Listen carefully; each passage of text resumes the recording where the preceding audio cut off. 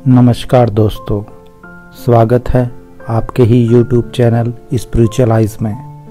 दोस्तों, आज की हमारी चर्चा का विषय जय कृष्णमूर्ति द्वारा बताया गया कि ध्यान क्या है। तो आइए शुरू करते हैं। ध्यान करने के उद्देश्य से अगर आप जानबूझकर एक विषय, भावदशा या शारीरिक मुद्रा धारण कर लेते हैं तो यह मन का ही खेल और खिलौना बन जाता है।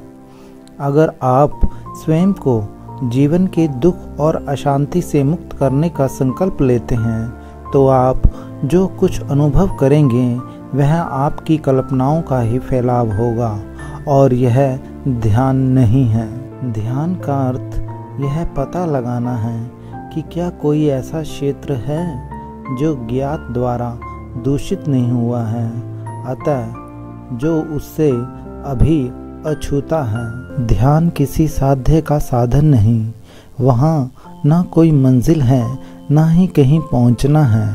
वह एक ऐसी गतिविधि है जो समय के आयाम से शुरू होकर समय के पार चली जाती है। जब विचार और भाव पूर्ण रूप से विकसित होकर तिरोहित मृत हो जाते हैं तब ध्यान समय के पार की एक गतिविधि है।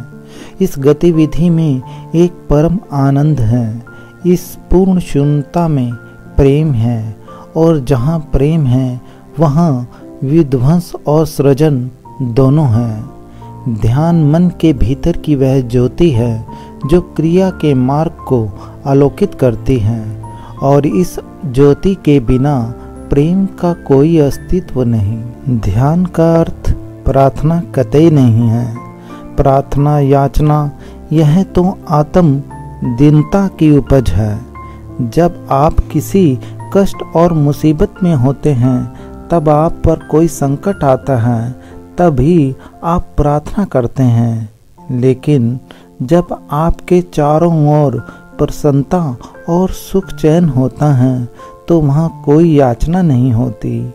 यह आत्मदीनता तो मनुष्य के भीतर इतनी गहराई में बैठी हुई है कि यही हर तरफ अलगाव का कारण है। किसी प्रार्थना को या किन्हीं शब्दों को दोहराना न केवल आत्म सम्मोहन पैदा करता है बल्कि ये स्वयं को चारों ओर से बंद करने का एक उपाय है जो अत्यंत विनाशकारी है।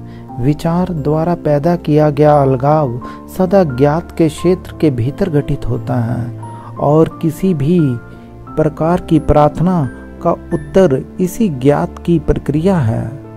ध्यान इन सबसे अत्यंत दूर की बात है।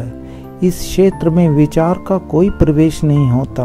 ध्यान में सब कुछ प्रकट होता है।